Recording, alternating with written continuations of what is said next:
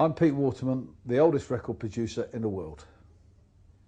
Well, I've got a couple of questions for you, that's all right. Yep. And I've got some decisions to make about my career. I love music.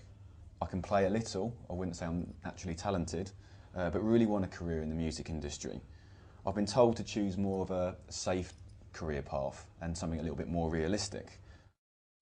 But what are your experiences and what is your advice for breaking into the music industry? Firstly, let's get one thing very plain. If you can't play music, you've got a bit of a job going into the music business, because at the end of the day, it is about music. It's not about business, it's about music. And if you go and be an accountant, then go and get an accountant's career and come into the record business as an accountant. And if you want to be a solicitor, go and be a solicitor and come into the... but if you want to be in the music business, you've got to know music. There's no other substitute. And liking it is not a qualification, okay? I like lots of things. I'd like to be a racing driver, but at 61 I'm not going to be. So I'll watch it on the telly. So the first thing you need is an iron will.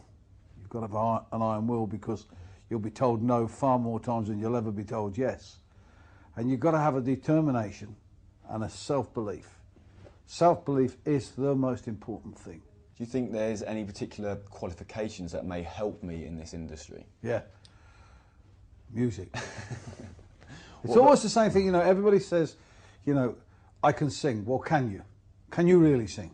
How good are you? How determined are you? It's not whether you think you're good, or your mum or your dad or your sister or your brother or the kids down the local club. Because this is going to take you, if you go on a training scheme, you might be on it for 3 months. This is going to take you 30 years. If you look at the average age of people that break into the music business properly, they're probably 10 years into their career. Some people get lucky, but you can't base a career on luck. That's impossible. You can be lucky, like I have been, lucky, but you can't base it as a career pattern. You've got to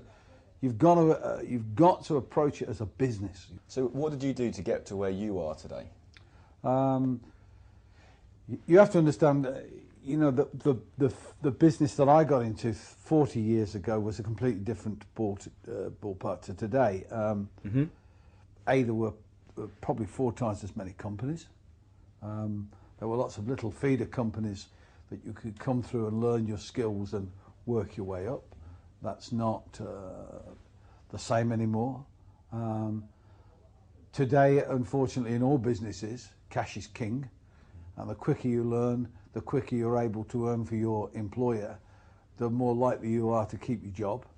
And that's as true in the music industry as in any job.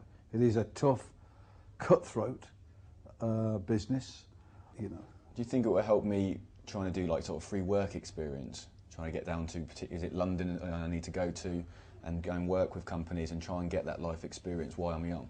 You need to do anything, absolutely anything, and not expect pain. I've slept on floors, I've slept on railway stations, I've slept in radio stations, studies. I didn't care. But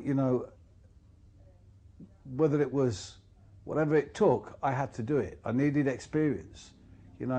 I went to America because I love R&B music. That's my passion.